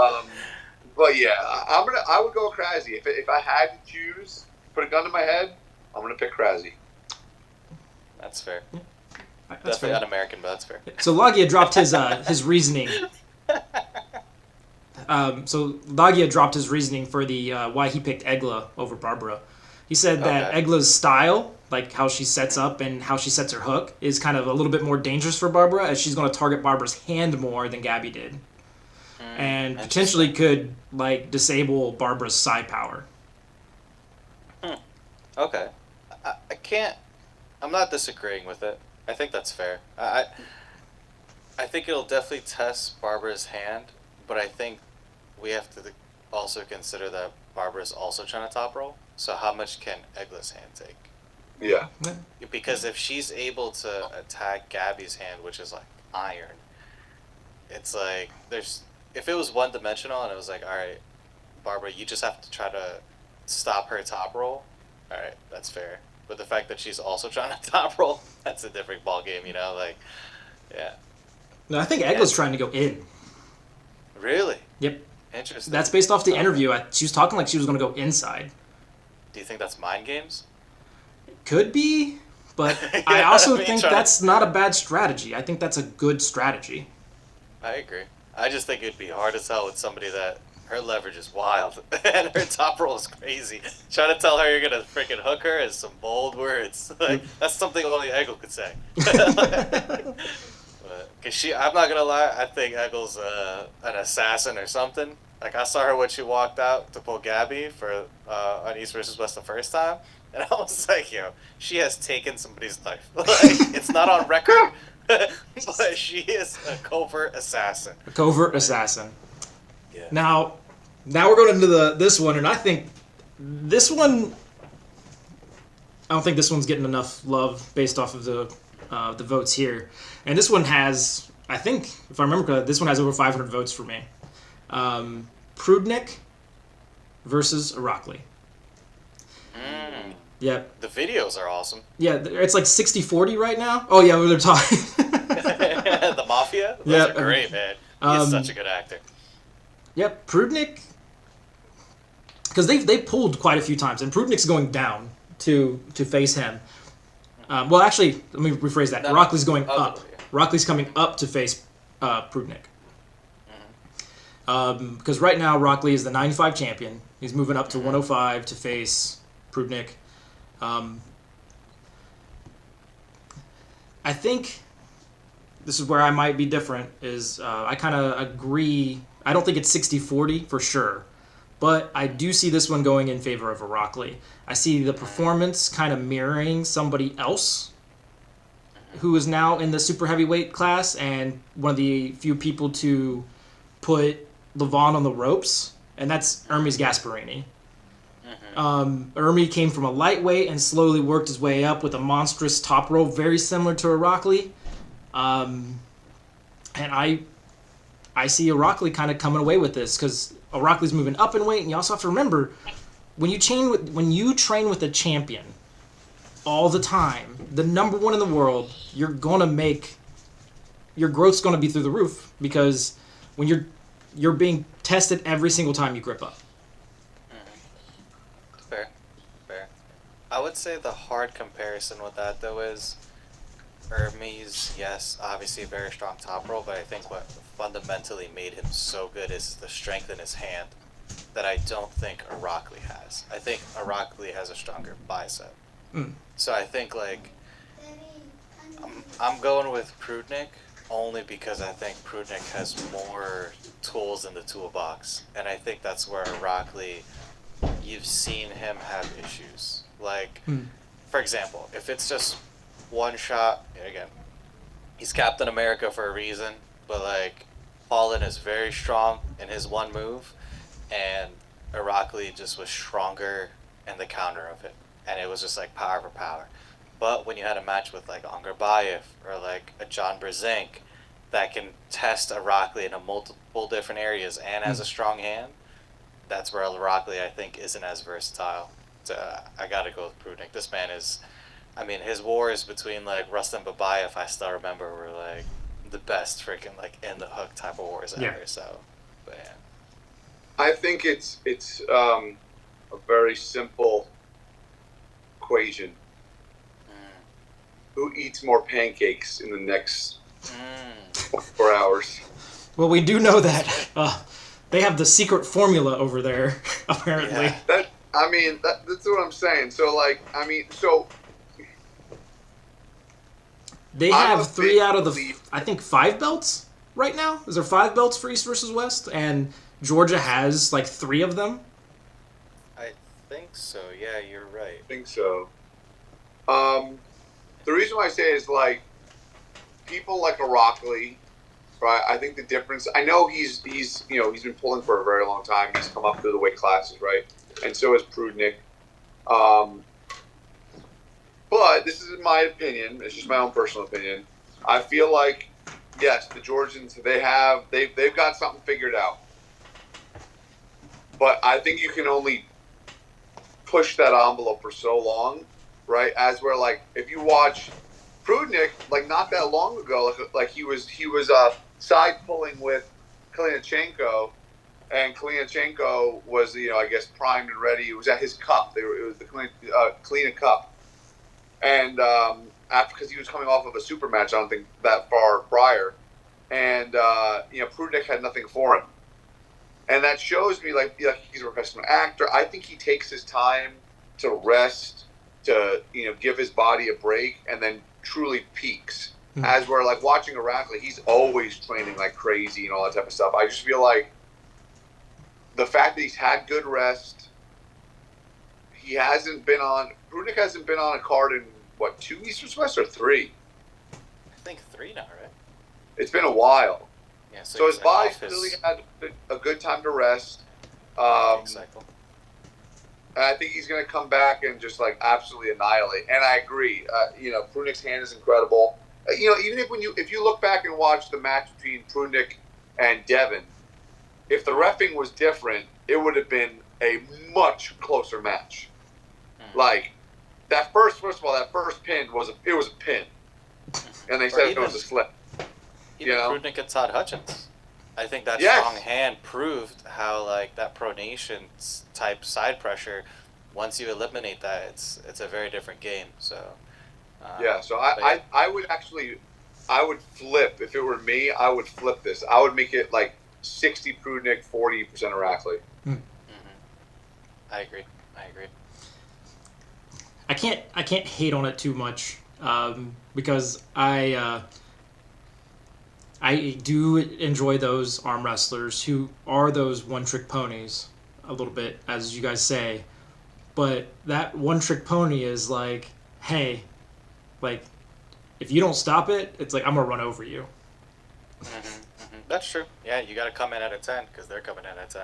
Yeah, because you know that they're at that one angle, they're going to bring like 110%. But if you can stop it, then, it's you got it. But if you can't, then you better be ready. And I think this is kind of like where I'm going with it.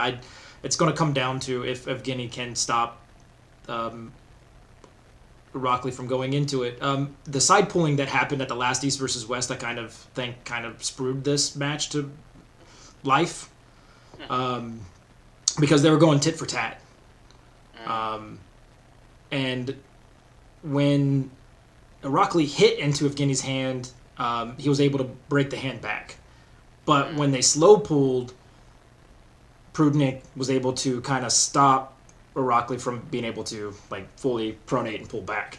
So I think it's going to come down to speed. Yeah. But I do got to give it to. I do think it's going to come in Rockley's favor. I think he's going to be able to break it back, and I don't think Prudnick's going to have the same side pressure that Todd Hutchin has, and be able just to drive through the top roll. Yeah, I think it's fair too, and I think Rockley also likes to give people to work on that side table. I think those after pulls, Rockley does not mess around. Like some people are like, oh, let's just like see how it is. Rockley's like, nope, he does not like losing. I think Rockley's always on 10. Like that guy just walks around. Doesn't matter where he's pulling, who he's pulling, he's on 10. Best way was like how Will put it is like that guy is always training, always on the table. Yeah. He's always ready to go. Yeah, it's fair. Yeah, he's a younger dude too, right? Yes. He's like what, like mid-20s, like early? Yeah, I don't think he's in his 30s yet. No, he's not in his 30s. Yeah, that makes sense. Oh, that one just dropped right in front of Will's face. Oh, good. So here's David Daddycan versus Oleg Petrenko. Really good match. Oh yeah.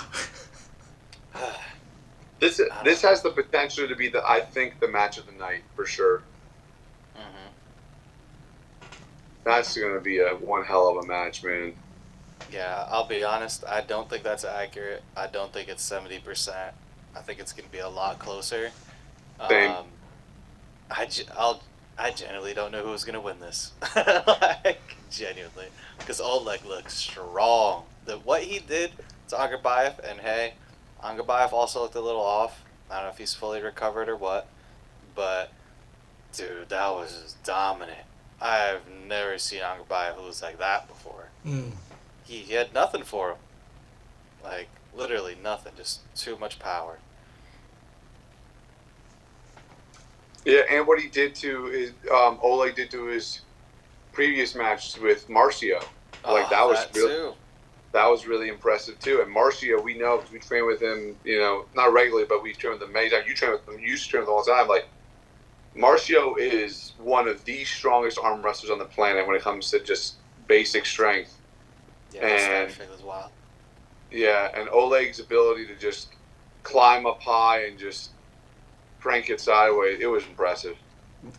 Yeah, it was I was shocked. I was watching it. I was like, oh yeah, this is gonna be nice. He's gonna there's gonna be a little bit of back and forth, and just the amount of dominance Petrenko brought was like I felt like there was a point when like in the first going into the second round, or it was like the second or the third round, you got like a face shot of like after it, and Petrenko's face was like kind of like he was like almost like shell shocked a little bit of like how dominant he was during the match.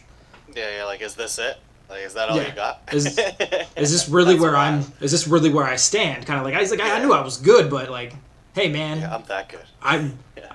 I deserve it. You know what I mean? Like I need to be up there. Like I need a title shot. Like there are some matches that I think need to happen because obviously this is in there. Like I don't know what the kilo breakdown is, but what's the weight cap? Is it around 242, right? Something around there. I think less, right? Is this just the Is one it time? No, this is the. 242, right? I think this is the 115.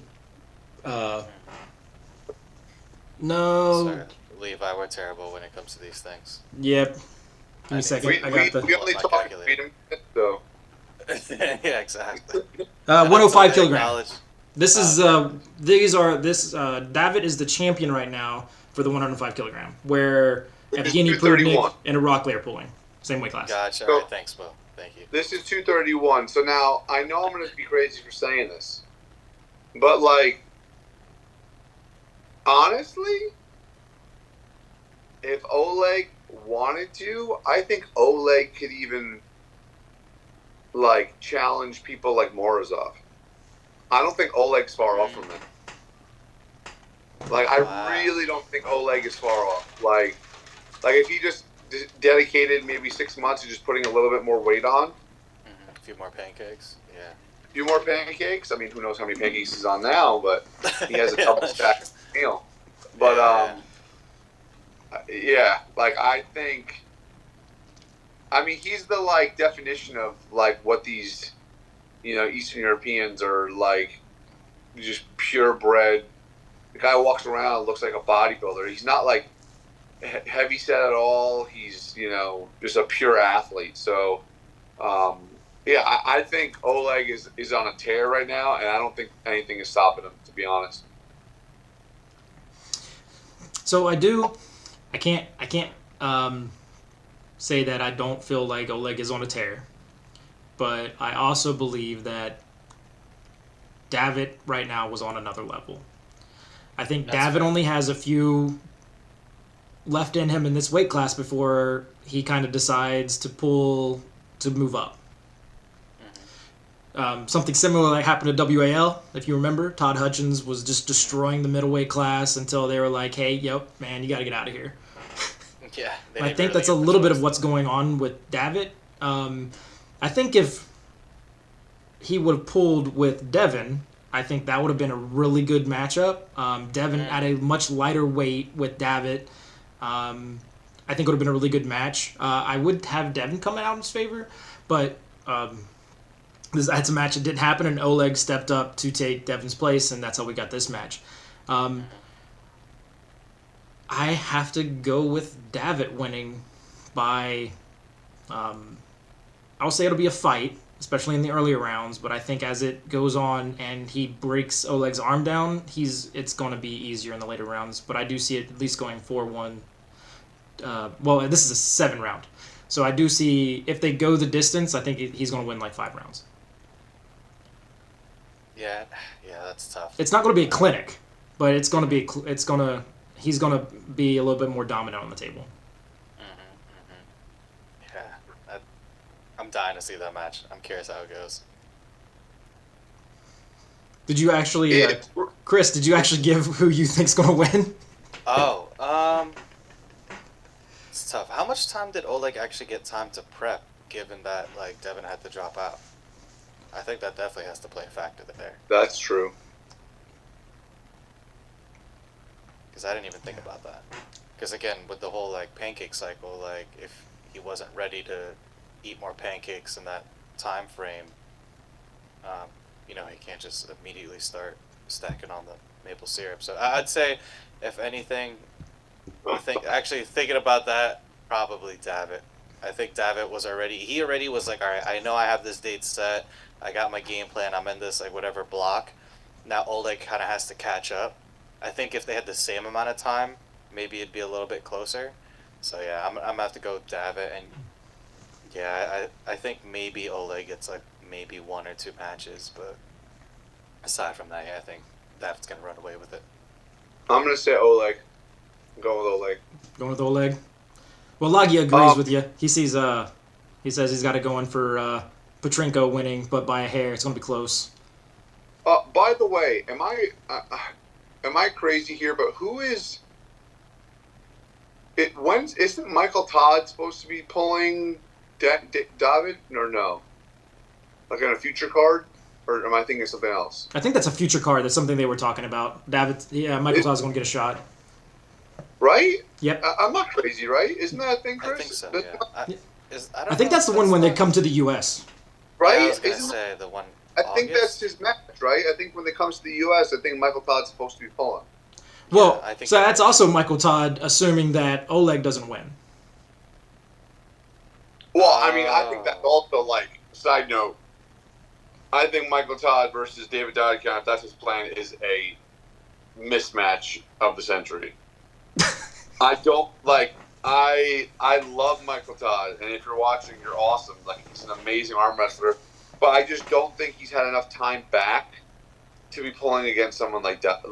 Like, I think, like, it's not like he beat like Frank Lamparelli, like it was like, you know, a cakewalk. And also, I know he destroyed Lars Rabakin. I think different world though, yeah. Exactly. Like, I think Frank and Lars, like, I think Frank would smoke Lars Rabakin. And it's a different. I think it was just two totally different matches. But yeah, I think that's a mismatch. But anyway, my bad. Oleg's gonna win this one. And then Oleg's going to go on to destroy Michael Todd. Yep.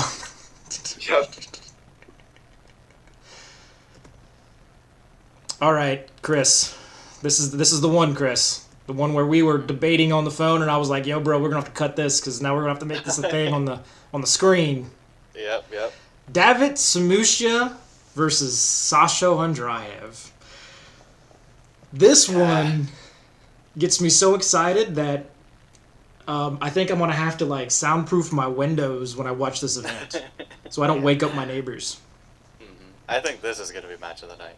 Yeah. For me at least, yeah. I agree. Go ahead.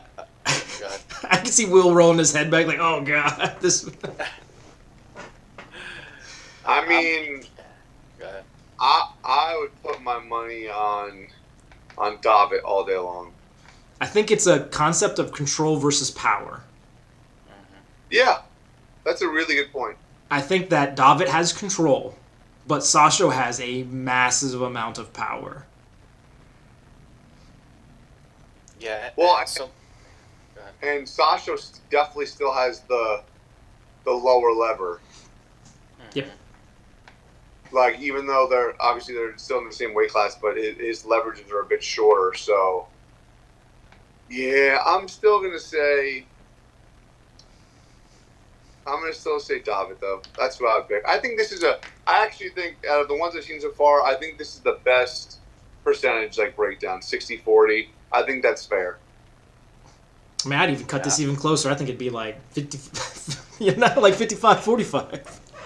Yeah, nah, I gotta go with Sasha. I think again, we were talking about this. I think he just has too much power. I think that side pressure, and he's comfortable kind of giving up his wrist to go just that little bit he needs to be able to go for the pin.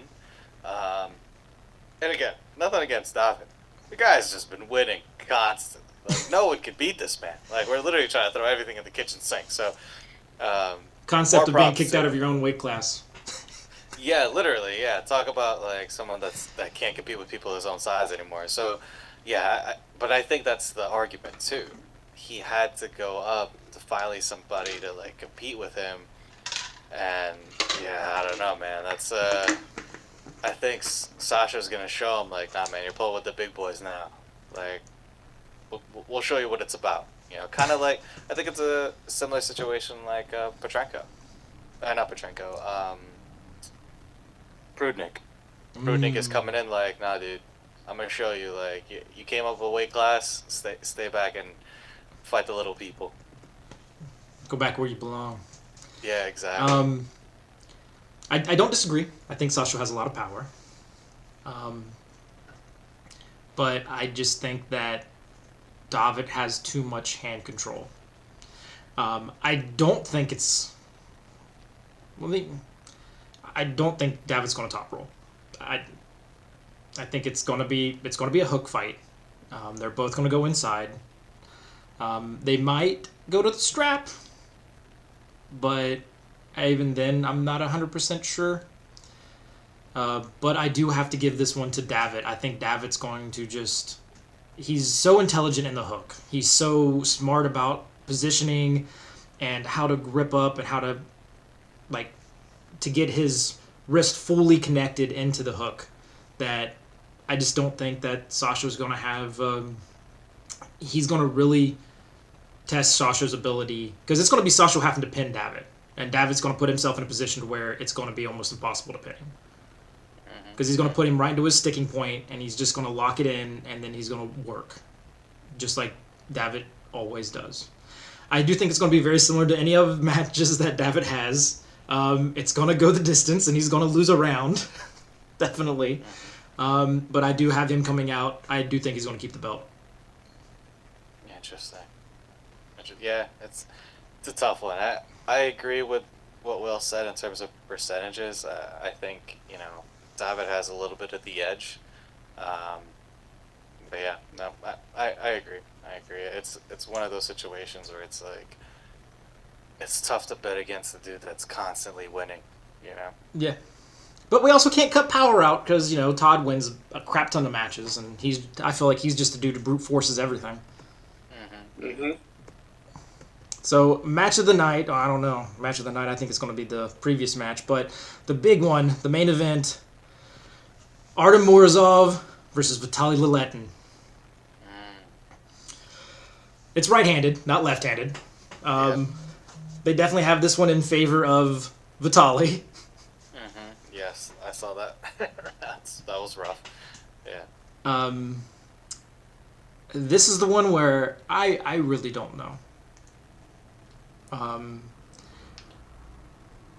Because Vitaly's a monster. I think he's just...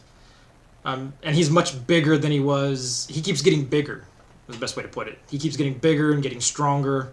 I also think he's playing mind games with Artem. Looks like he's training the inside a lot. Talking like he's going to go inside with Artem. But I do have to agree. I do think Vitaly's going to take this one. I think Vitaly's going to work his angle, work his height, and he's going to be able to crack Artem's wrist back. So I think it's a good point you're making, right? Is our Vitaly keeps seeming to be getting bigger and bigger. I think, hear me out, this is just a theory, I think Vitaly hasn't eaten many pancakes. I think he's able to get very far in the sport because of his stature, his size, his leverages. Now, has he, dabbled? I'm sure, in a little bit of maple syrup here, some sprinkles, maybe even a cherry on top. I don't know. We'll see. Little whipped cream nowadays. Who knows? Chips. But Yep. little chocolate chips, little wall-shaped walnuts, whatever it may be. Whatever. Both. I think because money's starting to get bigger and bigger into the sport, and for anyone who doesn't know, he is a truck driver by trade, and being able to get some high-paying matches big. I think he's finally putting his the pedal to the metal and gassing up hard, and if you can combine that with his frame, I would definitely put my money on Vitaly, and I think if he wipes the floor with Artem, we should be seeing a Levon match sooner than later. But I will say, it all comes down to one thing. Does Morozov have a flop wrist press if he needs it? Can he pull a Dave Chafee like he did, a couple of King of Tables ago? I don't know. Well, you can't just say Dave Chafee anymore. Hermes pulled it off too. Hermes showed that is the lane. But we also saw with the matchup with Camille that I do think that it's not something you can just jump into. I think it's very challenging. Yeah. I think there's something there, something very similar to how Hermes knows beat. Because if you remember going back, Hermes beat Jerry with a very similar, I think, similar technique. He's palm blocking. I think Vitaly sets his hand down low enough to palm block, just to get that pause to be able to rip those flop pressers back off the go. But when the match sets up and they both pull back, and then they commit, I think that's the difference. So if Morozov doesn't just commit straight into the flop rest press, I think that is a lane that he might have with Vitaly. But it's definitely, he's going to have to stop at center first. Good point. Because I don't think you're going to be able just to dive in. As much as I'm a massive fan I am of Camille, I think Camille's a monster. I think Camille's going to keep moving his way up. Yeah, I gotta admit, I'm a little bit biased. I don't think that Camille match was, there was definitely some dodgy, reffing-ish kind of calls there. Just say that reffing bullshit. We got one who dropped a chat in here, and he says it's new stop puller. He's like, he thinks Morozov is a lot more versatile than Dave was. So I think that's fair. Yeah, so even you looking at that, but this is also a lot bigger Vitaly. Yeah, yes, that's also true. Yeah, I don't know, man. I think, if we run that back, and Camille, gets a fair kind of and ready goes, I think it could be a lot different. We could be talking about there's a different dude at like number 3, or number 2. But yeah, I mean, it's tough though. I agree. I think the matchup is tough because I see Morozov. Yes, he's very versatile. I mean, after what he did to Ivan, it's like, again, obviously different arm and stuff like that. But his biceps wild. But I think you're right. Like Will's right, or I guess both of you guys.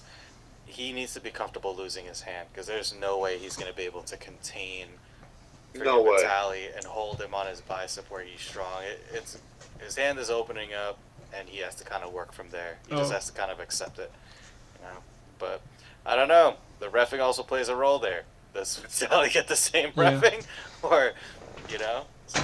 I will say you did bring up a match that, because he pulled Ivan that was left-handed. I'm a huge Ivan fan, best hooker in the world, right? Even I didn't see it going that way. I'm not saying Ivan was going to win. I just didn't think Ivan was going to put that much of a match on the table. And for Ivan to get those stops and angles to where, like, I even thought and considered that, hey, if this was on an East versus West table and he had that extra centimeter, he had that extra little bit of room on the back of the table, what have all those elbow fouls been elbow fouls? I see. Yeah, I did see that video. Yeah, where you're posting about essentially the size of the pad. Yeah, I think that's a great argument as well. Yeah, that's fair. So in that thought, because I think we're all kind of leaning towards Vitaly. Yeah. But do you think that there is a little bit of weight with how Vitaly's thinking about trying to go inside?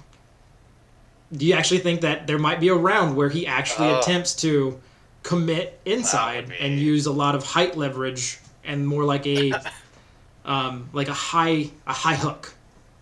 That would be crazy. I mean, I think if he was winning by a landslide and he was just like, fuck it, let's see what it's like, on this other side of the world. Yeah, maybe. Yeah, that'd be interesting. I don't think we'll see that. You don't think you'll see it? Yeah, I think he's just playing. You just playing mind games. Yeah. Yeah, I think that's all part of the strategy. All right. I mean, he would be very ballsy trying to do that with someone like Morozov, right? That's what I'm saying. That bicep's crazy. Yeah, he's someone who's just so muscular and physically strong. Where like it's not just his leverages, he is also muscularly a beast. So, yeah, that's. I will say that he is one of the few heavyweights that are like up that towards the top that hook. Yeah. Because I do think that because it's a weight always comes as a big thing, and once you get to a certain like where there's no weight, the ability to grow your back versus being able to grow your ability to cup becomes too obscene is the best way I can put it. And the bicep to be able to crack someone's wrist back vice them being able to actually cup and pull you in. I think that's why that separation happens to where it's like there's very little hookers who can maintain at the top level for heavyweights. So if he does pull this match off and he wins, I don't think that he can maintain for that long if he continues to be an all inside, committing more with the cup a lot more. I think he needs to make that little bit of a shift. And I hate it. I hate even saying this because I myself am an inside puller and I love the hook and I love committing fully to the cup and the control you can utilize with it. But I do think there's just that line where you can't continue to grow that part of your muscle in comparison. Yeah, I think that's fair. As you said too, I think that especially once it gets to the supers, it really starts to show itself. Because, like as an example, I come from a lighter weight class. Kris comes from a lighter weight class, and Will, both me and Kris we commit to the inside. And I think Will, at being you are a top roller, right? Correct. Yeah. Well, yeah, basically, yeah. Yeah. And do you think that pays into sometimes where it's like you realize that the gap just keeps growing between your ability to pull back versus your ability to cup? Yeah. Oh yeah. They're like my. There's been so many times I'll like so for example like Jason Merlot's at our practice the other day, right? And like when it comes to like rowing, right? Mm-hmm. Like just pulling straight back pressure, right? I haven't met many people on the table that can like match or ever exceed my ability to just do a row, right? I think the only person that I've been strapped together with that like I can't like hold or like they can open up my like lat being locked in is Marcio. Mm.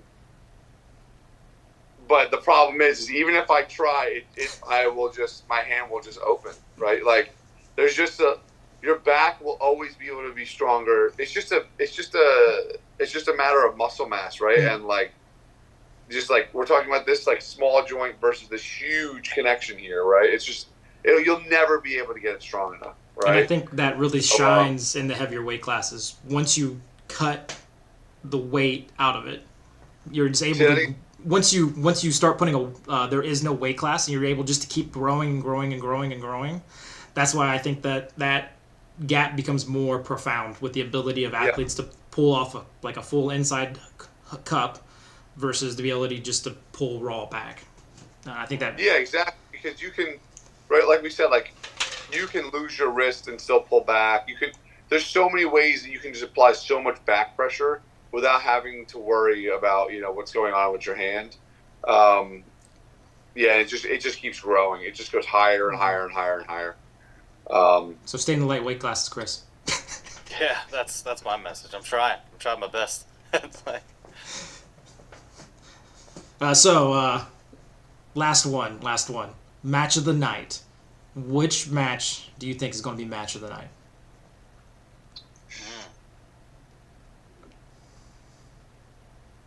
I'm going to say the Hutchins and Krasny match. Ooh. Yeah, I'm thinking it has to be the Sasso match. That Sasso match, I'm just dying to see them in like that hook battle. Like I'm curious if he will go in there with him. You know what I mean? Mm-hmm. And really test those waters. I think it's going to be Oleg and David. That's a good one. Yeah, because the more we talked about it and how we were bouncing off of it, the more I was like, wow, this is much closer than I was thinking about it before, and I do think that that's going to be a barn burner. I think it's going to come down to some later rounds. That's a good point. So, you guys excited for it? The event, East vs. West Yes. 13. You guys got anything planned?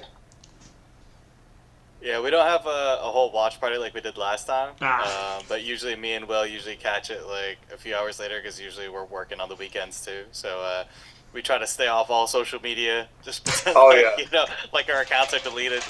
Then we'll meet up like later on and kind of I will watch it. not be on. Because what time does it start our time, Chris? Tomorrow, what, like 1 o'clock ish? Yeah, it's usually 1, right? Yeah, so I will definitely not be on Instagram all afternoon tomorrow. Well, I am. Yeah. I'll be up at like I think it starts at 2 a.m. maybe 1 a.m. Oh my god. Last time my wife came in and threw something at me. Yeah, it's like you're waking up the kids. I'm waking people up. I'm getting excited. I'm yelling. That's funny. Yeah. Nice. It was nice having you guys. Thank you guys for stopping in. Big Thank you for fan. having us. Big fan of the high five, Knuckles Up, everything you guys are doing. Thank you, brother. Same here. Same. Real excited about Arnold Classic, how you guys are doing everything. I think you guys are doing a great job promoting the sport. It's a beautiful thing, and I'm so happy to see it grow. And I am happy that you guys are involving us, the smaller guys, and not only that, but you were one of the first ones to bring Japan back in, and you sent out an invite. We were able to get Toshiyuki out there, and he performed. I'll say it was an exciting match. Yeah, one of the best matches of the night, yeah. Yeah, I don't think a lot of people were expecting that either, so that was great. Looking forward to the next one in September. Yes, and for those curious, just a quick plug, we do have up on our website, and we're going to have it on Facebook as well, and Instagram, the list of the qualifiers, like the official list that we approve. So you just go to like TheHighFiveAW.com/qualifiers. You'll see all the details there: date, location, host, promoter, organization, and then essentially a link to their Facebook kind of like event page. So yeah, we're super excited. Hope to see a huge crowd at the Arnold so we can build up Knuckles Up future cards with some of these up-and-coming pullers. Hopefully I'm excited. Like yourself. Well, I might be training for it. Heck, at this point, like, I'll go outside with a table myself and send out some flyers and just be like, hey, this is where we're going to do the Knuckles Up right here. Exactly. You're going to qualify. We're going to make this happen. Me. Yeah, that'd be awesome. Thank you again for all the support. Appreciate it, brother. Thank you so much for having us on. Yep, it was a pleasure. So, I guess...